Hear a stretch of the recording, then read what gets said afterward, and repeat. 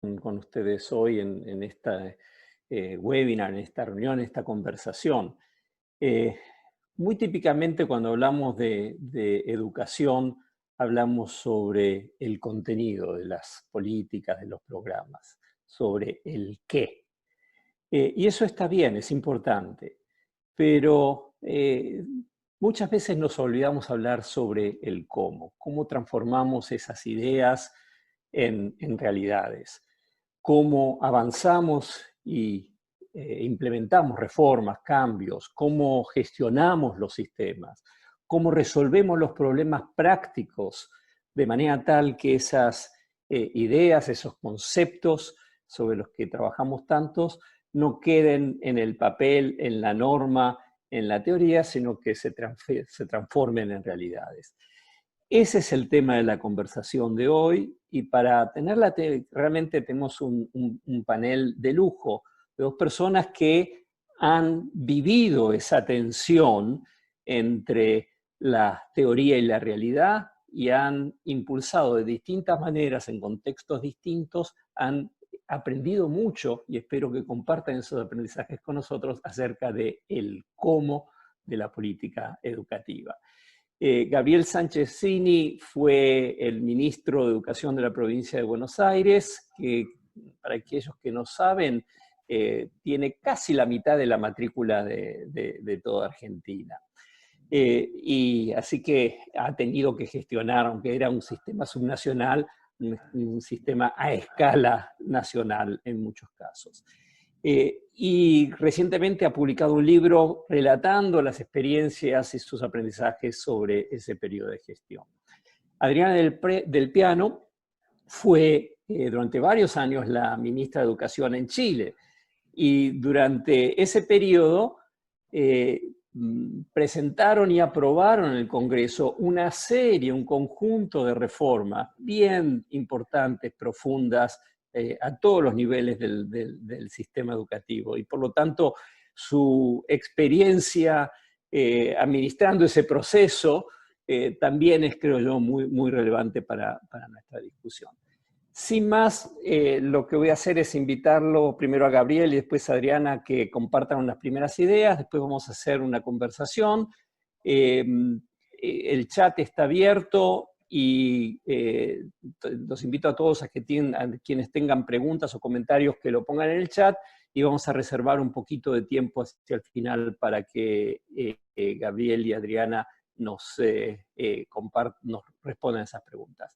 Sin más, Gabriel, la palabra es tuya.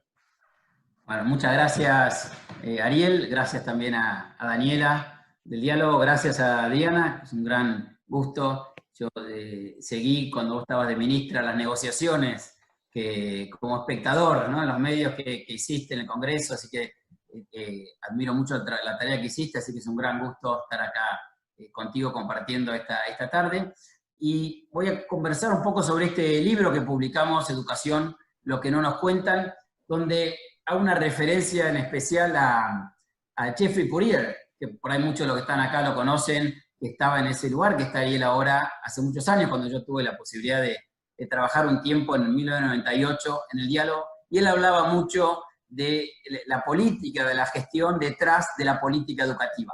Una frase que a mí me llamaba la atención en esa época, y la nombro en el libro, la introducción del libro, porque mucho de lo que hablamos en este libro es de eso, de cuál es la política, la gestión, las articulaciones, las cosas que uno tiene que llevar adelante para implementar una política educativa. Y me parece que en educación, como decía muy bien Ariel al comienzo, y nuevamente gracias Ariel por convocar esta reunión, y a tanta gente de toda América Latina, así que también buenas tardes a la audiencia, y veo más de 70 personas, gracias por sumarse.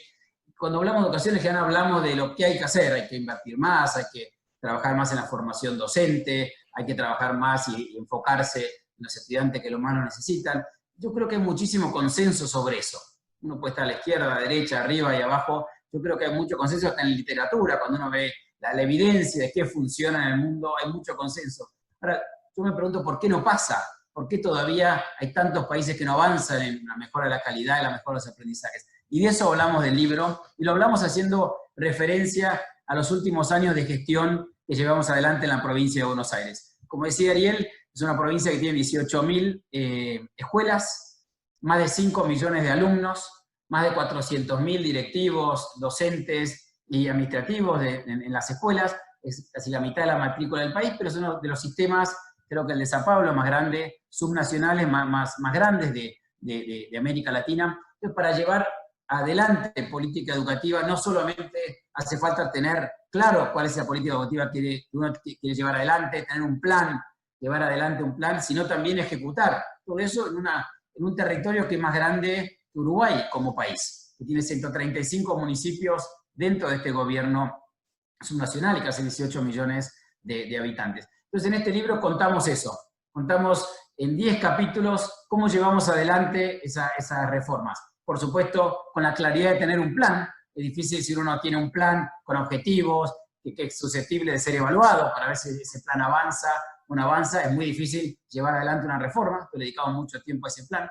Mucho tiempo al equipo. Hay muchísimos libros que hablamos de reforma educativa y no hay una palabra, lo hablaba el otro día con Ariel, que dice equipo. ¿Cómo uno puede llevar adelante reformas educativas o todos los cambios legislativos que hizo Adriana en Chile o en tantos ministerios si uno no tiene un equipo bien armado? Bueno, es fundamental, pareciera que eso es algo ajeno a hacer una reforma educativa. Hablamos de la importancia del equipo, cómo conformamos el equipo, cómo se relaciona el equipo que uno trae con los funcionarios que ya existen. Había 6.000 funcionarios administrativos en la provincia de Buenos Aires. Bueno, cómo interactuar y cómo después interactuar con la comunidad educativa, ¿no? Cómo uno va al territorio. Hablamos mucho en este libro de la importancia que nosotros no teníamos y nos pareció estar cerca de las escuelas, cerca de la comunidad educativa. Lo visitamos todos los días una escuela. Todos los días de mi gestión yo visité una escuela, a veces más de una, y mi equipo tenía que hacerlo también, porque nos parecía importante estar cerca, comunicar lo que queríamos hacer, ver qué funcionaba y qué no funcionaba. Hablamos mucho del sentido de la urgencia, creo que es otra cosa que falta en el debate educativo. Siempre hablamos de políticas a mediano plazo, pero si la hija nuestra o el hijo nuestro fuera quien no termina la secundaria este año, porque la secundaria no está conteniendo a los chicos, no nos parecería algo de largo plazo, nos parecería algo urgente. Y no aceptaríamos la explicación de un ministro o una ministra que nos diga, no se preocupen, a unos años voy a tener una mejor secundaria. Bueno, pero mi hija es la que hoy no termina, o este año, el 2020, no termina. Entonces, ponerle sentido de urgencia. Hablamos mucho de evidencia, creo que es fundamental tomar políticas públicas, políticas educativas basadas en evidencia, en lo que funciona y que no funciona, y ahí relacionarlo con que la educación es una política de Estado. No importa qué partido, qué espacio político uno pertenezca, es importante entender que si esta política educativa funciona bien, hay que llevarla adelante, porque eso muestra la evidencia. Por eso creo que la evidencia también ayuda a sacar mucho del debate el prejuicio y lo partidario, porque si acá hay una demostración que esto funciona, no debería la política interrumpir esa política educativa o esas iniciativas que se llevan adelante en un país. Entonces, de eso hablamos, Ariel, Adriana y todo el grupo que está escuchando, de eso hablamos en este libro, con muchas cosas específicas de lo que hicimos en la provincia, también con autocrítica, para aprender de los errores y para los que leen y para los que debaten también en estos temas podamos aprender de los errores que hicimos y los próximos no los cometan. Así que si te parece, Ariel, yo dejo acá, así te damos mucho espacio para el debate. Perfecto, buen comienzo. Ya volveremos a debatir varios de los temas que levantaste, Gabriel. Adriana.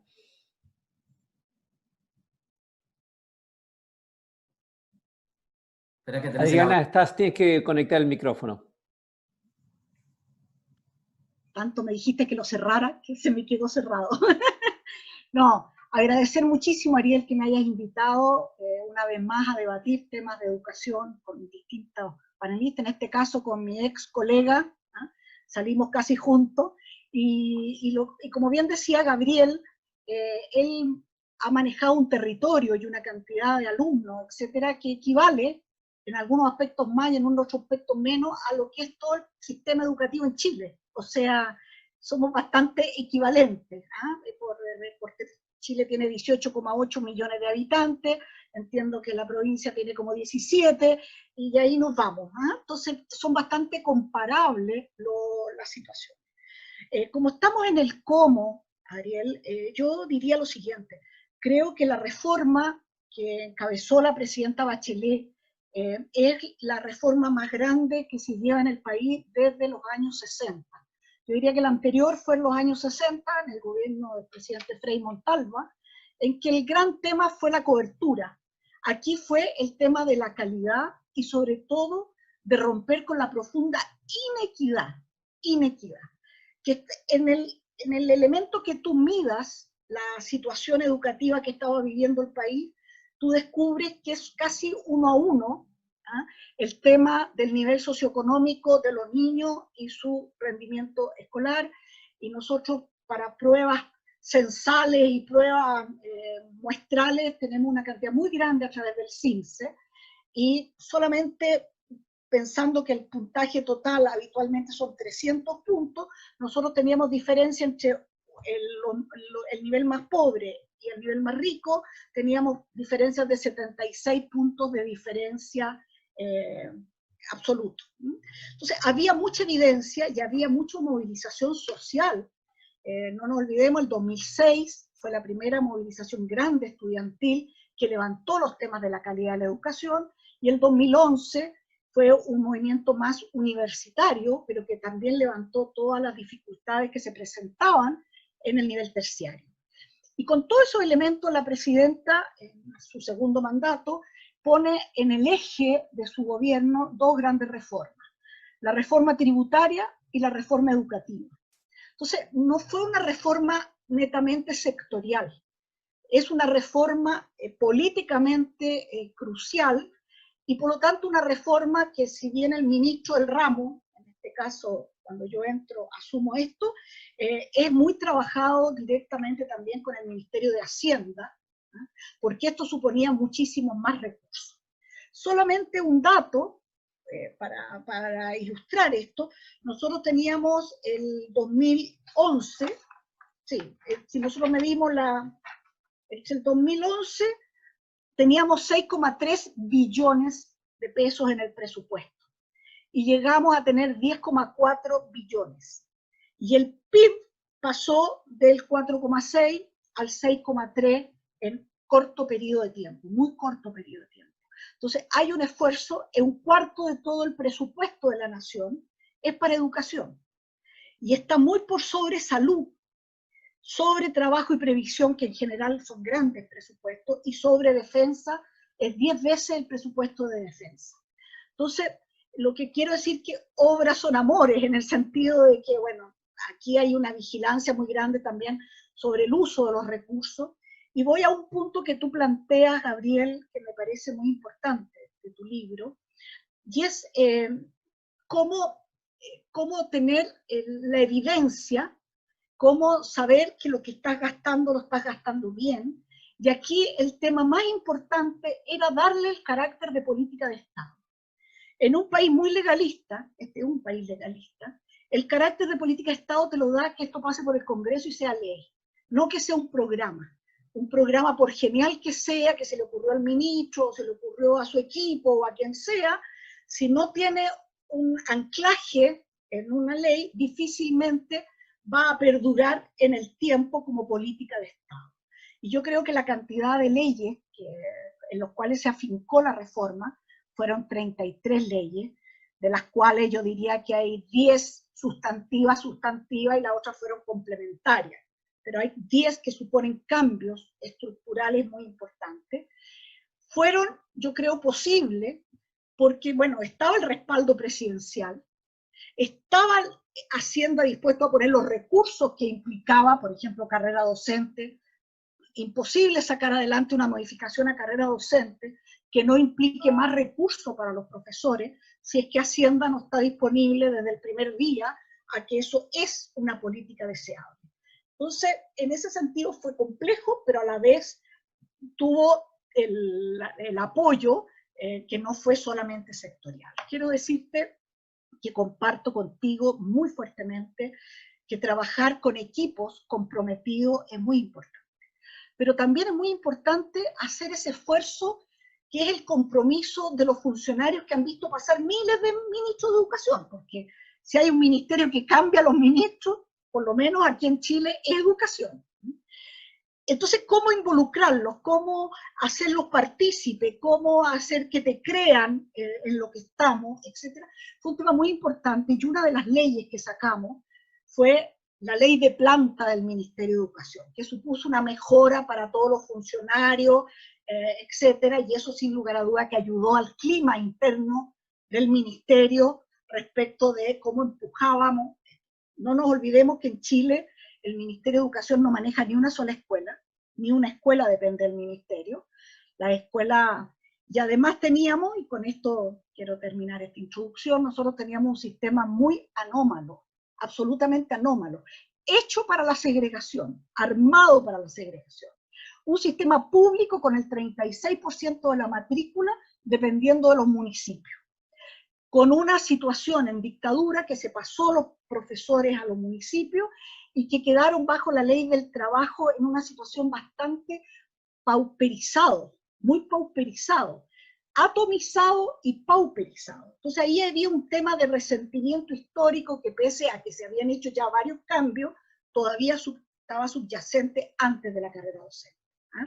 Eso fue un tema no menor respecto a la hora de por qué sacamos ciertas leyes y no otras.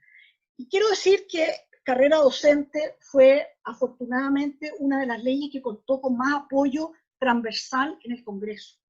Ahí tanto la derecha como la izquierda apoyaron.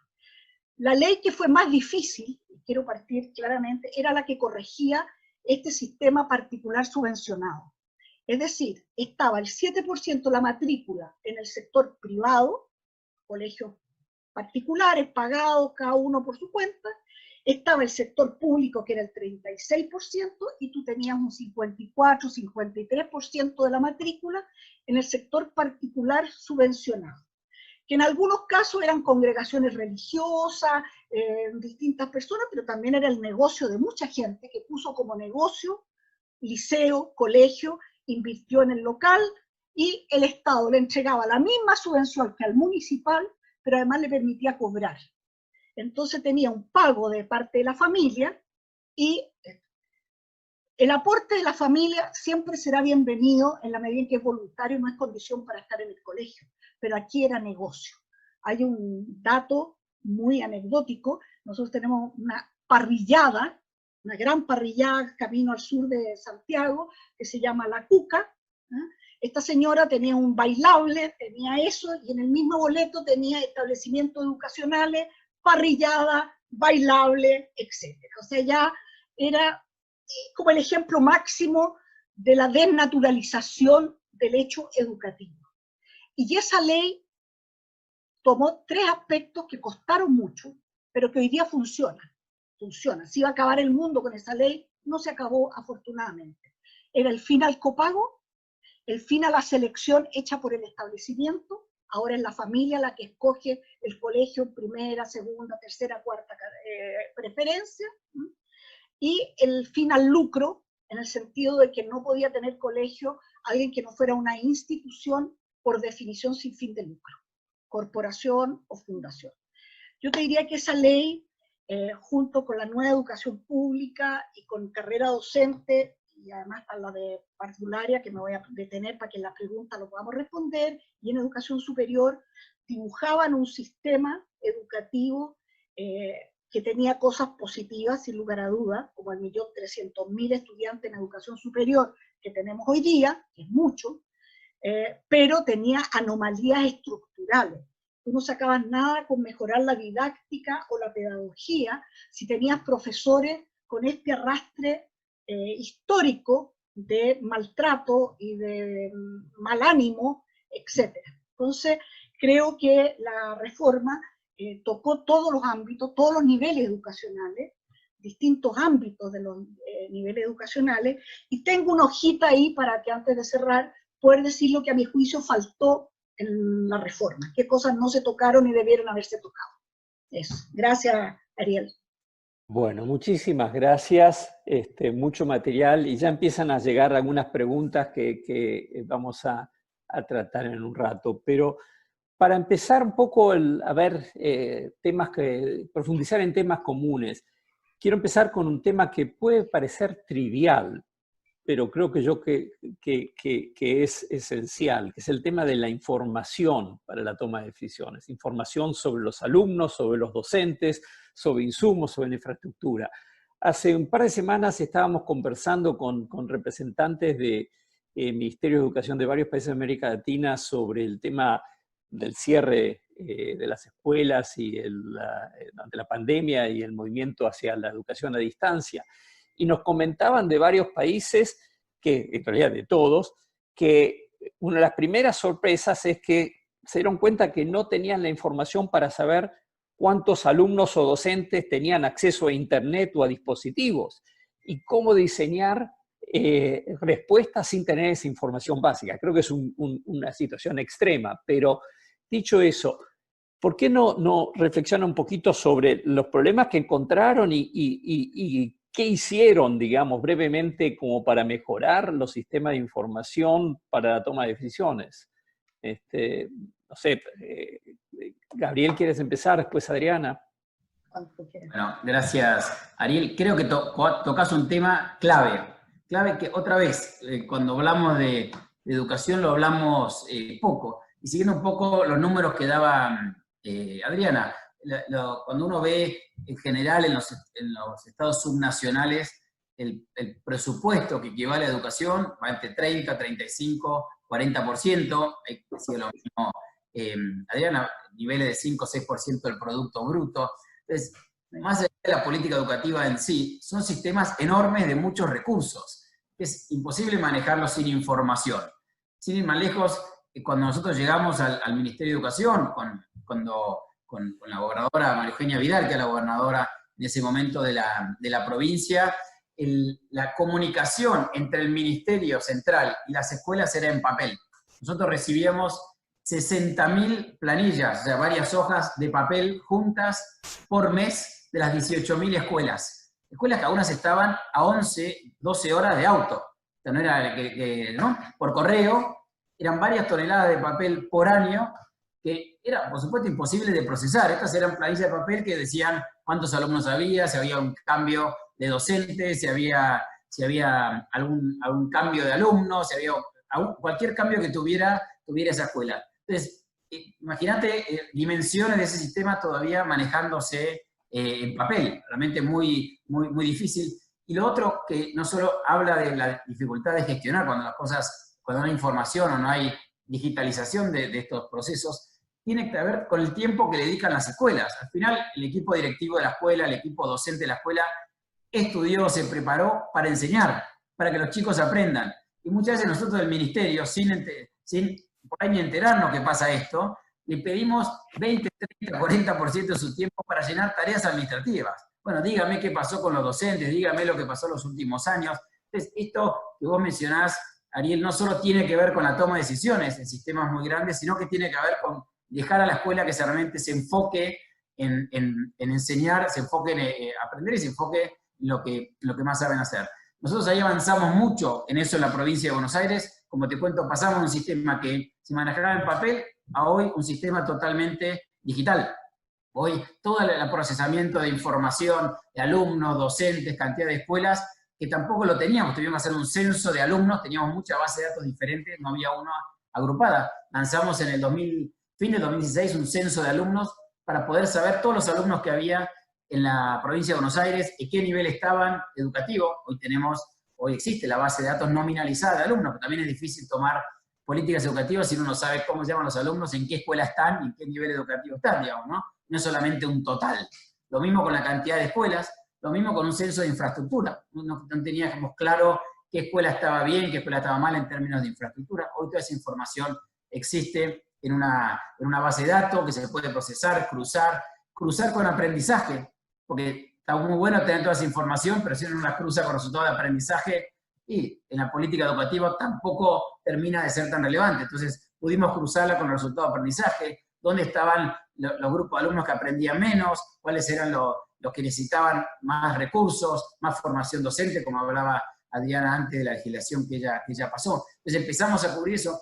Todo el tema de licencias médicas, nosotros recibíamos entre 6.000 y 9.000 pedidos de licencias médicas en papel por día, que era probablemente justificado y razonable, pero era muy difícil procesar todo eso. Hicimos un sistema también para que eso se pudiera hacer a través del celular. Jubilaciones, cuando llegamos, Ariel, había más de 30.000 jubilaciones de docentes atrasadas, algunas más de 10 años. Hoy la jubilación de un docente que cumplió su trabajo, que dejó todo para que los chicos aprendan, se hace en tiempo y forma en menos de 4 meses, todo digital.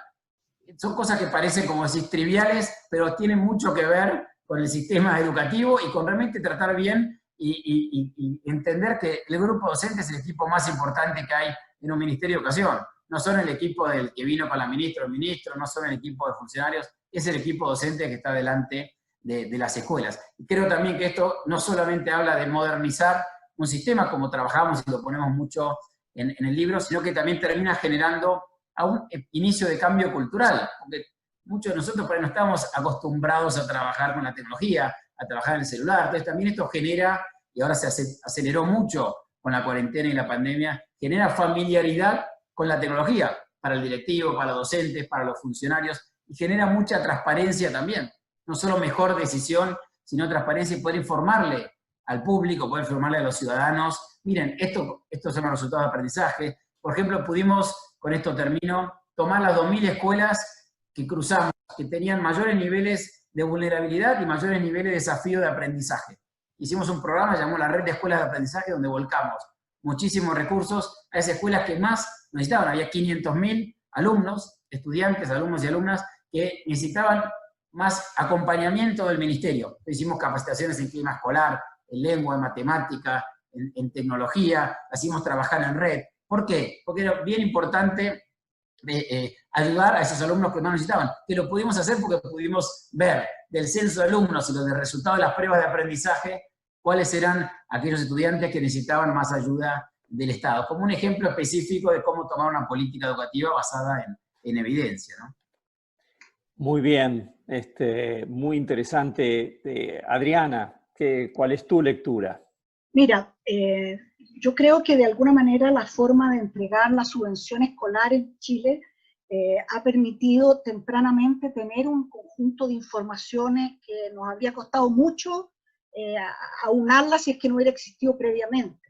La subvención en Chile se entrega por promedio de asistencia, entonces hay una información que dispone el ministerio y es cuántos alumnos tiene cada sala de clase, quiénes son, etcétera. En el nivel escolar eso estaba, con todas las dificultades que tú puedas tener de servidores suficientes para una población tan amplia, pero sin duda que eso facilitó muchas de las medidas y los acuerdos que se tomaron. Entonces la relación alumno-profesor, por ejemplo, era un dato que ya se disponía a partir de la forma de entrega, que ha sido muy criticada y es uno de los puntos que no cambiamos, que es cómo se entrega la subvención escolar a los niños.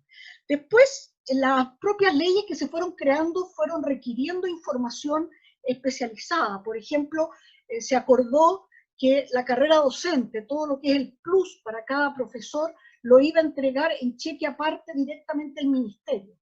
Eso suponía saber cuáles eran los profesores que estaban evaluados, en qué nivel estaban evaluados, uno por uno, y montar un sistema para que le llegara en Viviri, en el norte, o en Puerto Toro, en el sur, digamos, el cheque a cada profesor. Entonces, fue un esfuerzo que acompañó, yo diría, todo el proceso de digitalización, de fortalecer los aspectos del ministerio, y muy importante, yo creo que es un hecho significativo, cuesta mucho coordinar los ministerios muchas veces. Sin embargo, el Ministerio de Desarrollo Social es el que aquí te dice cuáles son las familias vulnerables o no. Y en el tema de vulnerabilidad, era muy importante sacarlo para los beneficios que entrega la Junta Nacional de Auxilio Escolar y Beca, como el almuerzo o la alimentación en general, y también para focalizar todo lo que fueron la entrega de computadores. Yo diría que un poquito inspirado en lo que hicieron los uruguayos en un momento determinado, que le entregaron computadora a todos los niños.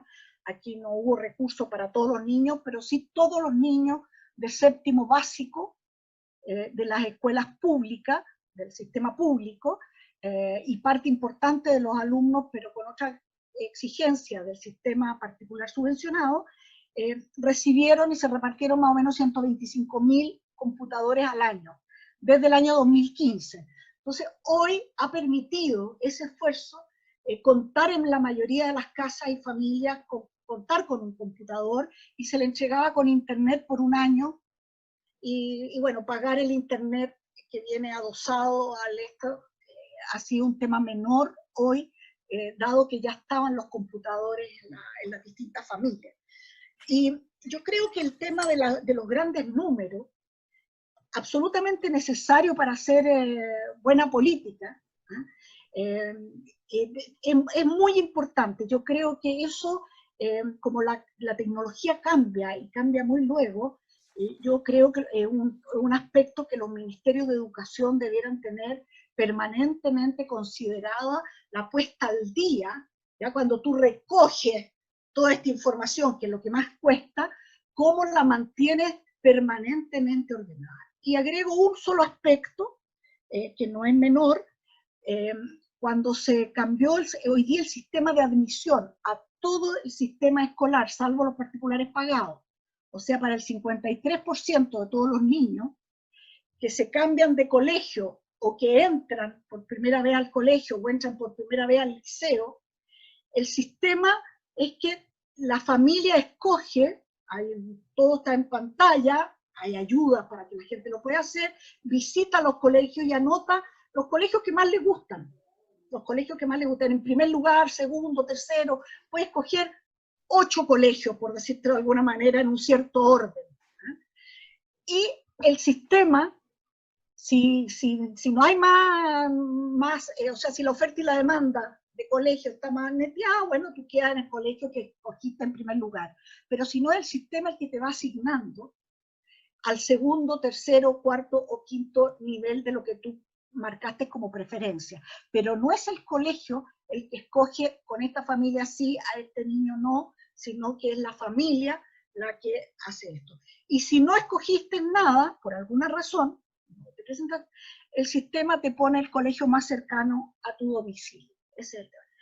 Esto fue, yo te diría, de los problemas más graves que se tuvo en términos de imagen, porque es un país que estaba acostumbrado que si yo soy amiga del alcalde y en una de esas del concejal y que sé yo, consigo un mejor cupo para mi hija, pero eso no te daba ninguna igualdad ante las posibilidades. Hoy día cualquier colegio que recibe subvención del Estado, sea público o sea particular subvencionado, puede postular la familia que le parezca y el sistema, bueno, pareció lo que hay en Nueva York, en Boston, hay sistemas muy similares a esto, en Canadá también, y funcionó y no hay drama, ni hay marchas de padres en esta materia, en fin, están dando.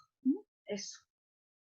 Gracias, Adriana. Estoy revisando las preguntas que ya nos están haciendo la audiencia y hay varias preguntas que apuntan al tema de lo que llamaríamos la política alrededor de las reformas. Entonces voy a comentar algunas de ellas y pedirles a Adriana y a Gabriel que reflexionen al respecto.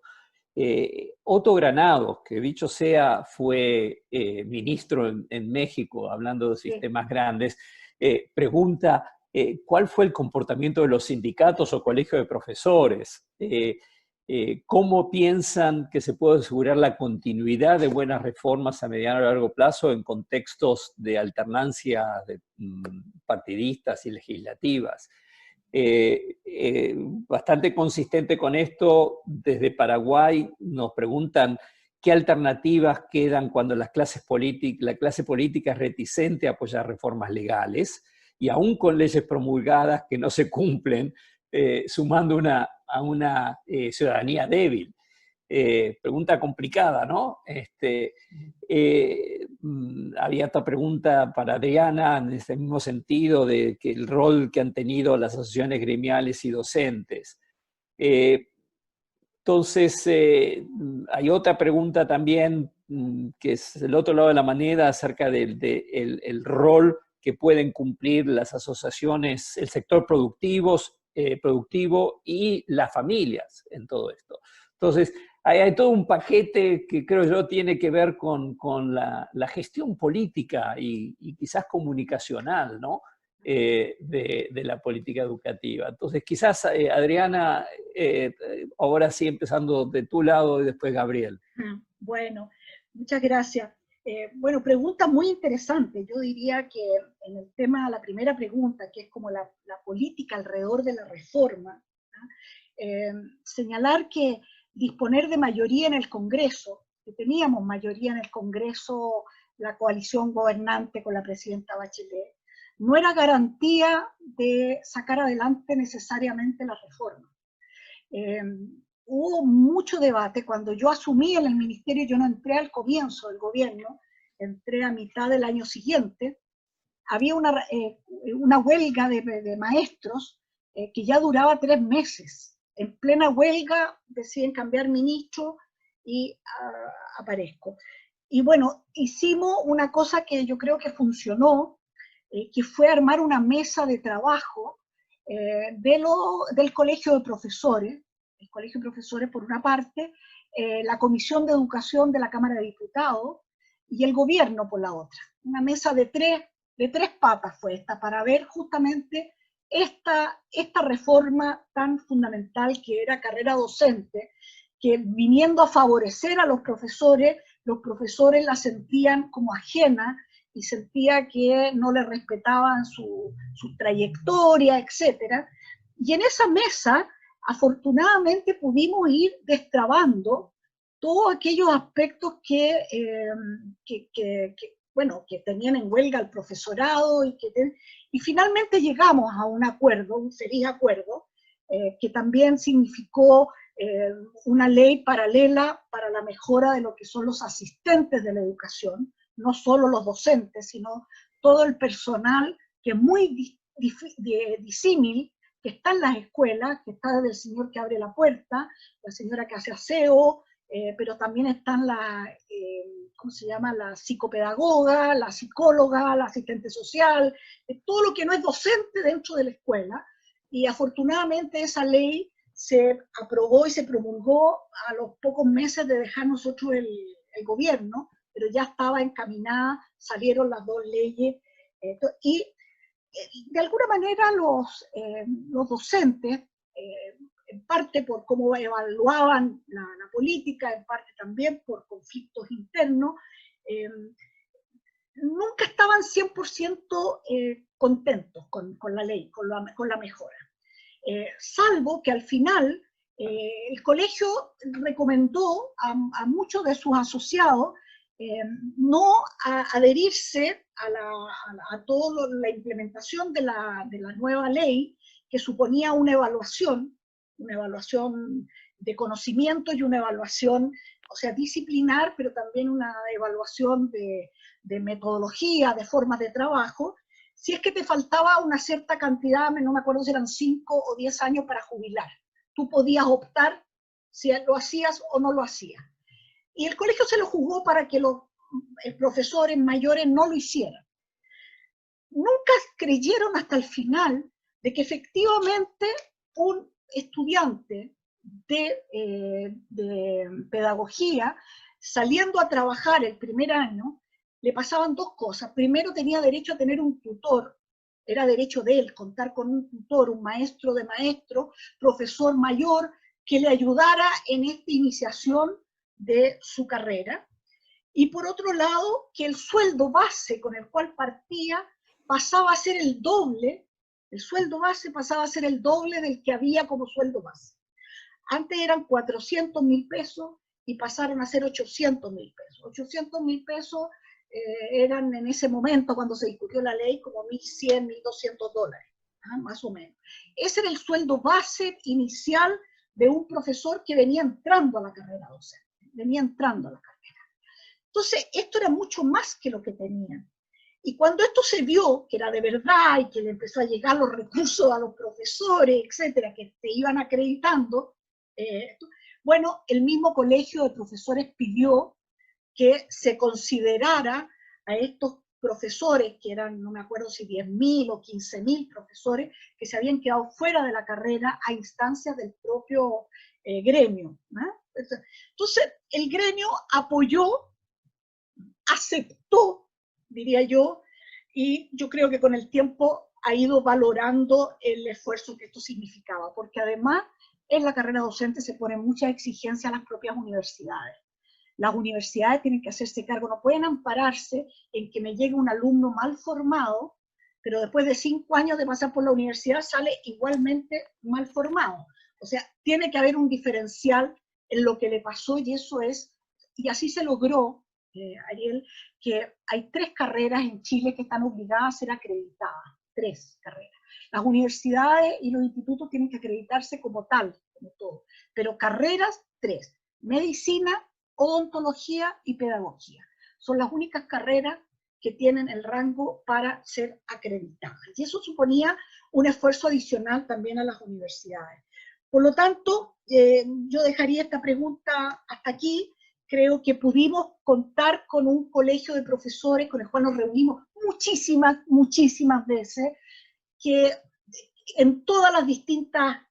Y yo diría de que yo se lo hice ver al presidente del colegio de profesores, que pocas veces hablamos de la educación de los niños. Más bien, la condición laboral del profesorado pasa a ser tan importante para el gremio. Yo le decía, mira, si uno se reúne con el presidente del colegio médico, la preocupación de la salud pública va a ser un tema que va a salir. Yo creo que aquí nos costó mucho llevar este tema. Creo que la cosa está mejorando, ha ido mejorando, pero cada ley sustantiva que se debatió, como nueva educación pública y otra, bueno, significaba nuevamente una cosa media tensa con el colegio, pero afortunadamente ya después de eso no tuvimos huelga de profesores hasta que terminó el gobierno de la presidenta. Muy bien, fuerte ese último punto acerca de la diferencia entre hablar de condiciones laborales o hablar de la educación de los niños. Muy fuerte. Sí. Gabriel. Bueno, muy buenos puntos, Adriana, y retomo sobre este, ¿no? De hablar de los aprendizajes, ¿no? Nosotros no teníamos mayoría cuando asumió la gobernadora, ni en la Cámara de Diputados, ni en la Cámara de Senadores, por lo cual pasar legislación, sobre todo con más niveles de controversia, era difícil, de cualquier tema, digamos, no solamente de educación.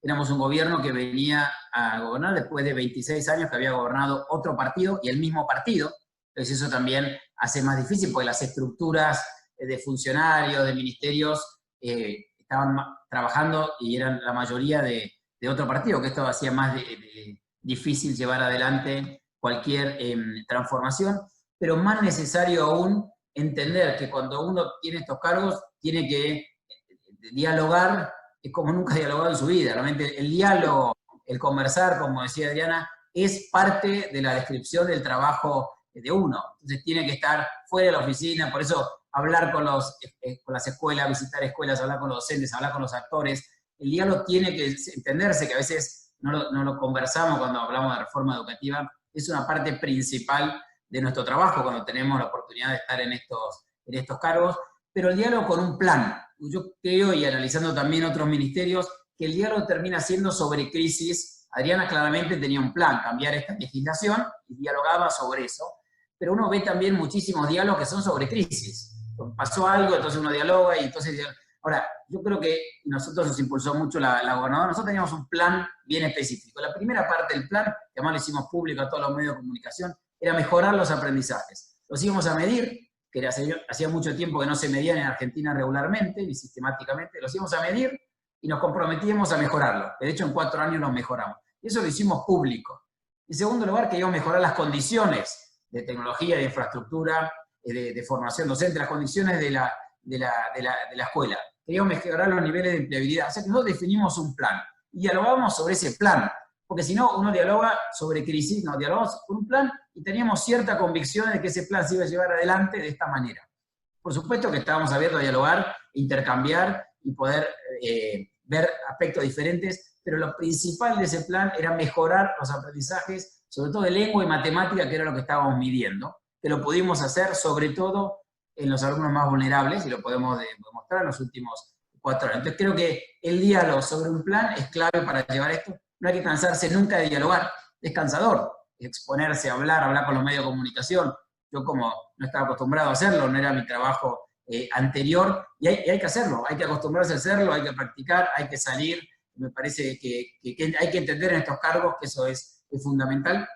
Me parece que tener planes clave, me parece que es importante generar demanda social.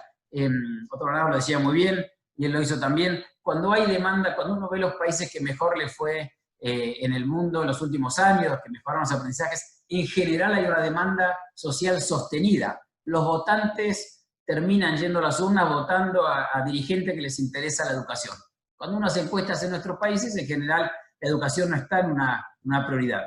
Es generar demanda social, es generar actores, lo que hace vos, Ariel, el diálogo en América Latina, generando think tank, centro de pensamiento, universidades, que generen debate y que pongan la educación como prioridad en la agenda. Eso es clave, porque cuanto más sea la educación la prioridad, cuanto más haya demanda social, más los políticos van a seguir esa demanda, más los dirigentes van a seguir, porque siguen los votos. Entonces es importante que haya demanda social. Y ahí nosotros hicimos un programa que se llama ABC Padres, ABC Familias, que era hablar con los padres y las madres todas las semanas.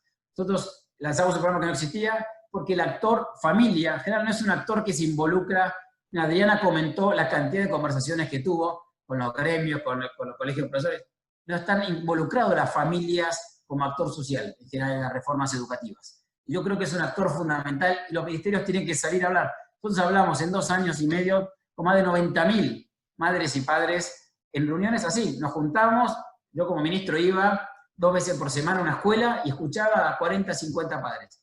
Y todos los funcionarios tenían que hacer. Ya al segundo año, más de 60, 70 funcionarios todas las semanas hablaban con madres y con padres para entender qué demandaban, pero también para comunicarles qué queríamos hacer. Porque era bien importante que ese actor tan relevante, que es la familia, supiera qué estábamos haciendo al Ministerio de Educación y se involucraran también, nos demandaran.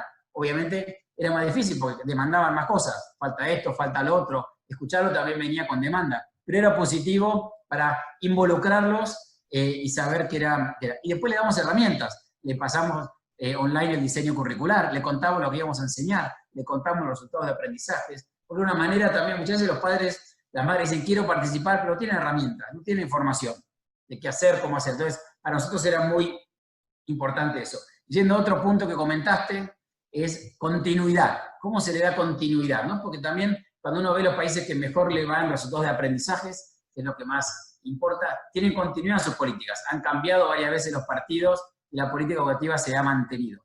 Y eso obviamente habla de poner la prioridad como educación, que haya demanda social, pero también creo, Ariel, que ayuda mucho la evidencia.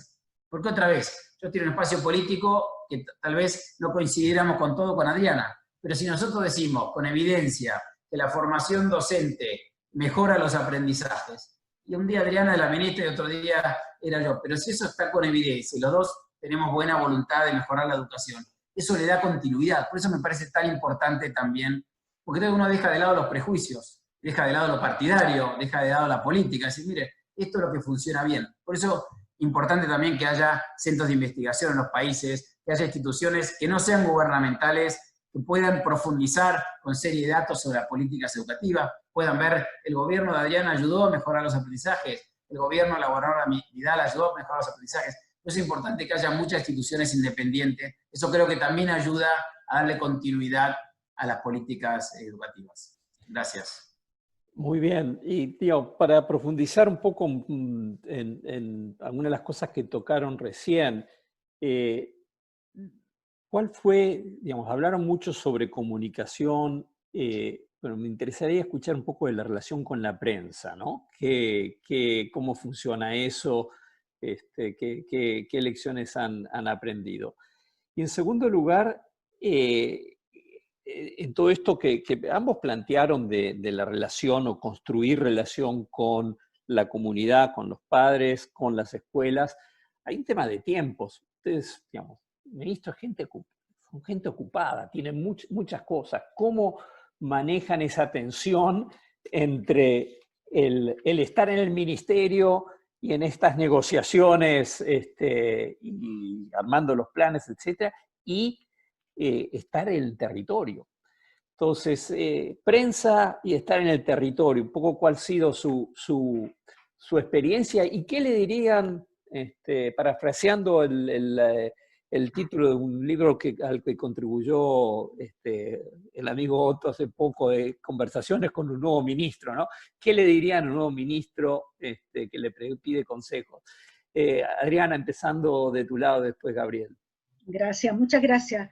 La verdad que tuve la oportunidad, voy a partir por lo último, la oportunidad de reunirme con dos de los ministros de educación que ha tenido este gobierno, que es de otro signo político, etcétera, y justamente buscando aclararle dudas sobre finalmente políticas que están expresadas en leyes, pero políticas que tienes que implementar y que no necesariamente te gustaron en su momento. ¿Me explico? Ese es uno de los temas interesantes. Mucha política de Estado tú quieras, pero cuando tú haces cambios profundos, hay aspectos que políticamente un sector lo ve de una manera y otro de otro. Bueno, pero eso lo hicimos. Yo quisiera brevemente, Ariel, decir algo respecto a la familia. En el caso de Chile, en el diseño de la nueva educación pública, la ley plantea un plazo de varios años para ir traspasando todos los colegios desde los municipios a los sistemas de educación pública, que son servicios de educación pública, que son 70 en el país y que administrarán todos los colegios públicos de una manera distinta. Hoy los municipios, el pariente pobre en un municipio es el sistema educativo. Muchas veces los recursos que llegan para educación, para el pago de profesores, para esto, hay alcaldes que lo toman para bicicletear respecto de otras necesidades, después no disponen de los recursos. En fin, ha habido muchos problemas con la administración municipal y eso también fue parte del debate político que hubo de la reforma, porque este era un punto muy crucial, volver no al nivel central, en un país de 5.000 y tantos kilómetros de largo, volver al nivel central a administrar cada escuela, pero sí el sostenedor de la educación pública son el servicio local de educación pública. Ese es el espacio. Y en ese diseño que se trabajó y como digo se aprobó unánimemente, hay dos elementos muy importantes. Uno, la participación de la familia y representantes de los padres de familia en un consejo que tiene un consejo local y que hay representantes de los profesores, de los padres de familia, pero con atribuciones bastante grandes, incluso con la posibilidad de pedir la renuncia, digamos, al director del servicio local, por razones, por supuesto, fehacientes, pero ahí hay un rol de la familia muy importante en la comunidad escolar, pero también en el funcionamiento del sistema. Y yo diría que en esa misma línea está el tema de la familia. Quiero referirme al tema de los empresarios. Los empresarios tienen una función como sector de la sociedad muy importante, sobre todo lo que es educación técnico-profesional. En Chile el 40% de la secundaria son técnico-profesionales. O sea, es una matrícula grande y muchas veces alumnos que estudian técnica automotriz, electricidad, materiales, construcción, en fin, no tienen ni dónde hacer las prácticas. Había un desacople muy fuerte entre esta formación inicial de los alumnos y dos cosas, la empresa y las posibilidades de volver a estudiar en un nivel superior lo que había estudiado en el nivel secundario. Hoy día el diseño está hecho, pero claramente aquí se requiere un empresariado que participó activamente en diseñar la política. Incluso hicimos una cosa mayor, con los empresarios de la minería se hizo todo lo que es el marco de cualificaciones, es decir, determinar para cada puesto de trabajo dentro de la minería los requerimientos y necesidades de estudio que se requerían, y esto corría tanto para el nivel secundario como para el nivel terciario. Yo creo que aquí es clave, si los países quieren dar un salto en sus niveles de productivos, de mejora, de lograr mejores empleos, etc., este vínculo que no es con el Estado, sino que es con el mundo empresarial propiamente tal. Yo creo que eso fue. Y lo otro, para terminar, es que creo que el tema de la familia, sobre todo por este cambio de la ley que prohibía el lucro, el copago y la selección, fue muy utilizado ideológicamente. Aquí venía, no sé, la sociedad comunista que iba a decirte dónde estudian tus hijos, cuánto, dónde, y la familia se anulaba. La verdad es que esto no es así, es el respeto a los padres de escoger el colegio para sus hijos, y no ha habido problemas. O sea, se anunciaron problemas dramáticos, y no han existido esos problemas dramáticos. Funcionó la ley, y ya la gente se olvida y se va a otros temas. Y solo dejo planteado, si nos da el tiempo, el tema con la prensa. Nosotros tenemos una prensa, yo diría en un 90% era muy contraria a los planteamientos de una presidenta como la presidenta Bachelet, para decirlo derechamente. Y tuvimos, yo he tenido otros cargos públicos en que tú, para lograr que te fuera un periodista a tu oficina para comunicarle algo, había que hacer pero maravilla. Pero aquí fue al revés. Este era un ministerio que, como había muchas cosas en juego y había mucho tema en la sociedad, estaba permanentemente asediado por la prensa.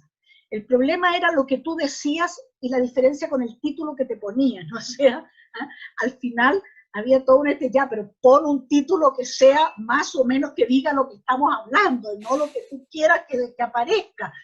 Era un tema complejo, pero bueno, eran las reglas del juego, y por eso que también hicimos mucha comunicación directa de los equipos a todo el sistema educativo, y sacamos un material escrito muy bonito, que lo repartimos en muchas ferias libres, en lo que llamamos la Vega Central, nosotros que son los centros de abasto, lugares, y esto llegaba a los colegios, y tratábamos que llegara lo más posible a las familias, como un sistema un poco paralelo, porque realmente costaba. Hicimos insertos, muchos insertos en los diarios estos que se reparten en el metro. También pusimos insertos para dar a conocer en qué etapa estábamos del desarrollo de la reforma. Entonces, bueno, no fue fácil la cosa, pero aquí estamos. Gracias. Y Gabriel. Sí, señor. Rápido sobre dos temas. De los principales momentos de mi día, de mi trabajo, era estar en el territorio, era estar en las escuelas. No es que tenía otras cosas y esto tenía que asumirlo. Esto era lo más importante que yo tenía que hacer. ¿Cómo podía impulsar una reforma educativa con un equipo de 400.000 docentes y directivos si no los conocía, si no los iba a visitar, si no los escuchaba? Lo otro era menos importante. Las reuniones en oficinas, en salones, con actores educativos, eso era menos importante, porque cuando uno habla de equipo, no es solamente los funcionarios que vienen con uno al ministerio, son los docentes y directivos, esa es la parte más importante, como dije antes, del equipo. Entonces, para mí lo más importante era ese tiempo. Además, hacía otras cosas, porque al final parece que el ministro o la ministra se quedan en reuniones de oficina con los actores. Obviamente los actores educativos, sean gremiales o del sector socioproductivo, quieren que uno le dedique mucho tiempo, pero el tiempo que hay que dedicarle sobre todo es a mejorar los aprendizajes. Los aprendizajes se mejoran en las escuelas, cerca de los docentes y cerca de los directivos. Entonces, esa era mi prioridad. Y después además tenía otras reuniones, que obviamente las ponía en el resto del día. Sobre todo, primero estar cerca del territorio, cerca de las escuelas, y cerca de aprender también de los directivos y los docentes. Muchas de las reformas que nosotros impulsamos, Ariel, las aprendí yendo a las escuelas, porque uno tiene un plan, pero después muchas cosas tienen que ver. Una escuela te dice, mira, falta esto, yo pido muebles y nunca me llegan, yo tengo que mandar estas planillas. Esa reforma de modernización que les conté sobre los papeles, la aprendí yendo a una escuela, a 2 horas de ministerio en auto, que me dijo que hace 75 años usaban la misma planilla de papel. Y así aprendí eso, vi otras escuelas, todos usaban lo mismo, y así lo digitalizamos. Así te puedo contar muchas cosas que aprendí para reformar yendo a las escuelas. Eso sobre estar cerca y estar arriba y cerca del equipo de directivos y docentes. Con respecto al comentario de Otto también, y el libro de Cartas a un nuevo ministro que leí, muy buen libro que leí también el capítulo que escribió Tronados, que lo editó Fernando Reimers de Harvard. Lo cito en el libro porque las ideas de cómo escribir un libro sobre gestión las tomamos de una manera de ese libro. O sea, cómo contarle a alguien que viene qué cosas hiciste mal y qué cosas hiciste bien. Y Y este capítulo que hicimos nosotros, estos 10 capítulos tienen que ver con eso. Cómo contarle a un próximo ministro o ministra qué cosas funcionaron, qué cosas no, y qué cosas no volvería a hacer. Con respecto a la prensa, muy, muy difícil el trato con la prensa, por 2 razones. Primero, porque cuando uno tiene estos cargos, se piensa que tiene que hacerse conocido, ¿no? Bueno, uno se hace conocido, ya piensa en el próximo cargo, a dónde va. Yo creo que eso es un gran error. Uno tiene que dejar todo en el cargo del Ministerio de Educación. Después, si tiene otra oportunidad, vendrá, si no, no. Pero no usar estos cargos para hacerse conocido, como me parece que pasa en muchas políticas públicas. Entonces, cuando uno usa estos cargos, necesita hablar con la prensa y quedar bien con la prensa. Nunca fue un interés tener un próximo cargo después de este. Para mí, este fue el mejor trabajo de mi vida, poder tener impacto, poder trabajar en transformar. Entonces, yo no estaba enfocado en hacerme conocido. Yo estaba enfocado en comunicar y hablar con mi equipo y transformar la educación, y creo que es importante cuando uno está en educación. Sí, es importante la prensa para comunicar lo que hablábamos antes, cómo uno genera debate educativo y genera interés en la sociedad por estas prioridades educativas si uno no le comenta a la sociedad. Y los medios son importantes para eso. Y lo último sobre la prensa, que sé que tenemos que terminar, Ariel, tiene que ver con la prensa te trae crisis diarias. Imagínate, si uno tiene 2 o 3 hijos, tiene todos los días algún tema, imagínate con 5 millones de alumnos y 18.000 escuelas. Todos los días hay un desafío. Entonces, ¿cómo la prensa te trae esas crisis? Pasó esto, una docente dijo tal cosa, un director tal otra, renunció tal persona, y uno a veces lo desvía de su plan. Si uno está todo el día atendiendo esa crisis que aparece en la prensa, es difícil que uno transforme la educación. Entonces, ahí nosotros armamos un buen equipo que tenía que hablar con la prensa diariamente, con una cantidad de crisis que surgían, tal vez más pequeñas, que no hacían a la mejora de los aprendizajes, eran más crisis políticas, que tal diputado dijo una cosa, un senador, un intendente, ¿no? Un legislador, pero no nos permitía enfocarnos en la mejora educativa. Entonces ahí hicimos un esfuerzo grande en no dejarnos caer en esa crisis diaria y transformar los aprendizajes. Gracias. Excelente. En efecto, se nos acabó el tiempo y nos gusta terminar en horario. Yo simplemente quiero cerrar, obviamente agradeciéndoles muchísimo a Adriana y a Gabriel. A todos los participantes sé que hemos podido responder solo una fracción de las preguntas que se hicieron, pero esta hora a mí me reafirma el enorme valor de la experiencia práctica que tienen ustedes y otros que han estado en esas mismas posiciones.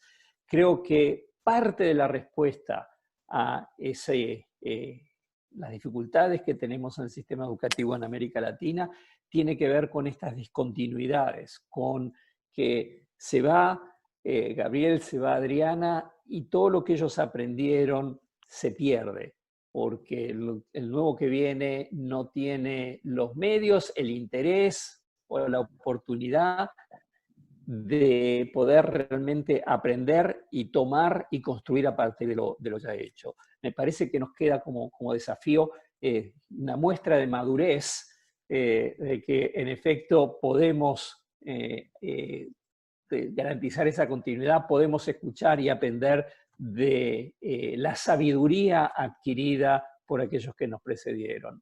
Así que muchas gracias. Nos vemos pronto, espero, en otra conversación de este tipo. Suerte a todos y cuídense. Gracias, Ariel.